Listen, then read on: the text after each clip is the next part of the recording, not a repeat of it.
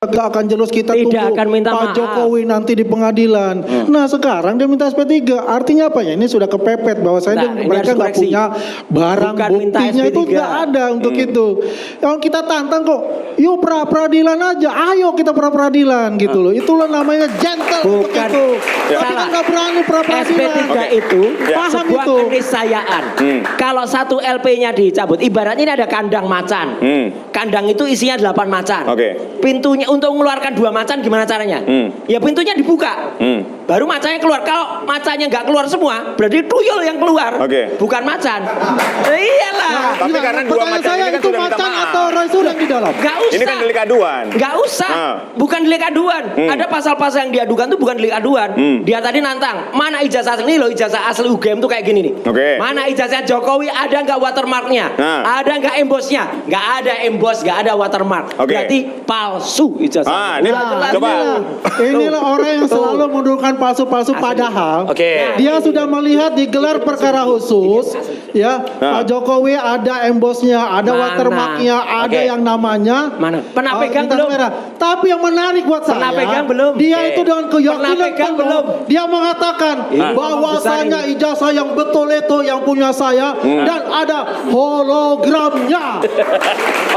Ini artinya Fadel ya. Artinya ini pembohongan karena saya punya ijazah yang ada hologram. Hologram itu tahun 2009 baru ada Universitas Gadjah Mada hologramnya. Scan ijazahnya bohong. Itu yang adalah mengatakan Pak pembohongan besar yang dilakukan oleh Roy Suryo. Udah bohong lah. Baik. Bohong kedua kali ini. Baik. Ini menarik kok ya. Kasus hukum yang bicara bukan orang hukum lah. Orang hukum aja deh. Boleh. Kita terkait kasus ini ya. Terkait kasus ini kan sebenarnya kan kemarin kan restoratif justice kan tidak restoratif justice tidak menggugurkan LP-nya. RJ tidak menggugurkan LP-nya. Saya tanya aja, pasal mana yang dilanggar? Itu gampang kita. Ya kan? Kedua, kita sama-sama orang hukum lah. Kan sudah ada mekanismenya. Ya kan? Beberapa waktu lalu saya nggak tahu apakah masih sebagai kuasa hukum atau tidak. Beberapa kuasa hukumnya mengatakan tidak akan SP3. Hari ini SP3. Di internal juga kan problem nih. Ada perbedaan suara. Iya. Sekarang ada SP3. Kemarin nggak mungkin. Kalau saya SP3 saya Anda keluar. mengatakan pagi kedelai, sore tempe. Gitu. Kemudian ini kan ada aturan peralihan yang kemarin disampaikan. Kita ngomongkan Pak Ugrosiano dan sebagainya, Pak Refli dan sebagainya. Disampaikan ada peraturan peralihan. Kalau nggak salah 361 KUH baru. Itu menyatakan jika belum ini dilimpah ke pengadilan maka dia menggunakan KUHP lama. Di situ diatur juga bahwa kalau dalam KUHP lama yang mengatur ini kan Perpol. Kan gitu, peraturan Kapolri kan seperti itu. Sehingga maksud saya itu semua sudah diikutin. Dalam kasus RRT ini Perpol masuk di dalam. Masuk karena ada peraturan peralihan KUHP tadi. Nanti ada Bang Jamada bisa menyampaikan. Sehingga maksud saya ini semua mekanisme sudah dimasukkan. Dan di situ dijelaskan.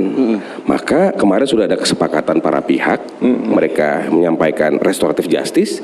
Yang mengajukan pun kan lawyer. Bang Egy, Bang dan Ari Lubis kan lawyer. Dia ngerti itu apa esensinya. Jadi tidak berarti yang 6 lagi otomatis lepas karena satu LP. Nggak bisa karena LP itu masih ada, Anda mengatakan? Masih ada. Karena masing-masing pun teman-teman ini itu memiliki persoalannya masing-masing di dalam LP. Masa sih seorang purnawira, sebentar Mas Wahid, seorang purnawirawan Jenderal Bintang 3 Pak Ugrosiano? Ya, semua orang kan punya keterbatasan. Mungkin pemahaman ini kan yang perlu kita edukasi ke masyarakat. Saya tadi sampaikan, peraturan peralihan KUHP baru 361 itu menyampaikan persoalan ini menggunakan aturan main lama. Di situ juga tidak diatur memang, maka menggunakan Perpol. Di situ diatur bagaimana mekanismenya. Tidak perlu harus sekonyong-konyong minta maaf. Kalau sudah berdamai, maka demi hukum. Ya kesepakatan tadi itu tadi. Apalagi, maka dicabutlah. Kan gitu. Deliknya aduan. Kalau beliau berulah lagi ya kita nggak tahu. Jadi bom waktu tadi saya bilang. Kita nggak tahu. Tapi kan saya lihatnya kan sudah selesai. Kan sudah disampaikan juga sama Bang Egy, Bang Dama juga sampaikan bahwa ini baik dan sudah baiklah semua. Artinya, jadi kami kembali biar nggak keluar dari konteks bahwa kami adalah mengajukan penyidikan dihentikan demi hukum. Jadi istilah ini memang istilah yang baru di KUHP.